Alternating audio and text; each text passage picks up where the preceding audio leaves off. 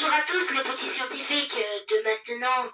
Aujourd'hui nous allons faire un 1001 pourquoi comment dans mon livre de science, qui est un peu décapité mais qui sert toujours. Aujourd'hui nous allons apprendre le développement durable.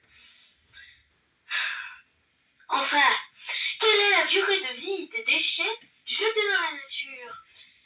Une brique de lait, 3, 2, 1, 5 mois. Mégots de cigarette, 3, 2, 1, 12 ans. Chewing-gum, 1, 2, 3, 5 ans. Canette en acier, 1, 2, 3, 100 ans. C'est plus que votre arrière-grand-mère, donc méfiez-vous. Sac en plastique, 450 ans. C'est plus que toute la génération d'une partie de votre famille, donc faites très attention.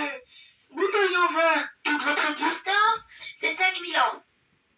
Donc ne jetez pas vos canettes, vos déchets, ou tous les trucs qui constituent des trucs chimiques dans la nature.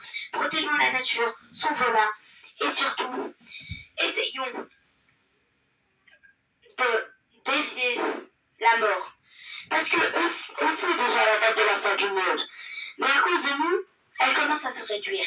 Donc faites attention. Le recyclage consiste à transformer un déchet en le brûlant, en le dissolvant, en le broyant ou en le faisant fondre afin de créer un nouvel objet. Cela entraîne la défense de nouvelles ressources, souvent en énergie et en eau. L'upcyclage ou upcycling permet de revaloriser c'est vraiment leur donner de la valeur, un produit usagé en le détournant de son utilisation première afin de lui donner une nouvelle vie. Par exemple, des baies de conserve décorées peuvent devenir de jolis pots à crayons. Cette méthode ne consomme aucune autre ressource. Fini, point. Qu'est-ce que le zéro déchet? La société de consommation incite à produire en quantité énorme et donc à produire des déchets en excès. Au contraire, le zéro déchet est une démarche qui consiste à réduire au maximum ces déchets, emballages, objets à usage unique, et en consommant moins. En quoi consiste la loi anti-gaspillage? La loi anti-gaspillage pour une économie circulaire. Alors, je vais vous surprendre.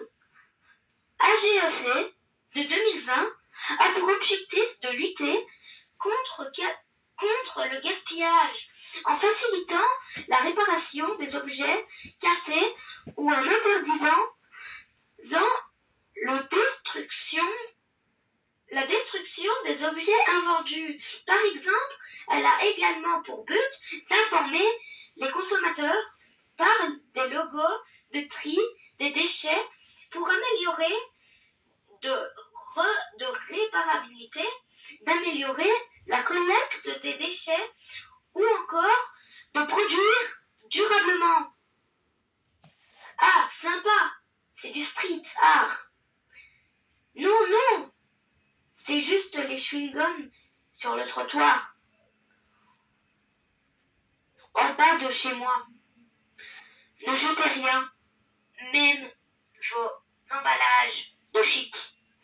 Sachez qu'un emballage de chic peut rester autant de temps que le sac en plastique. Je ne dis pas qu'il peut rester plus de temps, mais en tout cas il peut rester autant de temps vu que ça reste du plastique. Et le plastique, croyez-moi, en milieu naturel, ça prend beaucoup de temps à se dégrader. Et en plus de ça, même si ça se dégrade, c'est très polluant pour la planète. Ne jetez rien, faites attention à votre planète. Parce que si votre arrière, peut-être encore des millénaires de petits-fils, à cause de vous, peut-être qu'il sera. Attendez, ça s'est coupé, je le rallume vite fait. J'ai bien dit au revoir, les consommateurs. Bon, du coup, si vous avez bien compris, là, la petite vidéo que j'ai faite sur mon ordi, c'est fini. Bon, il s'est coupé, c'est normal, il est un peu déchargé. Ne vous inquiétez pas, je vais vous réexpliquer.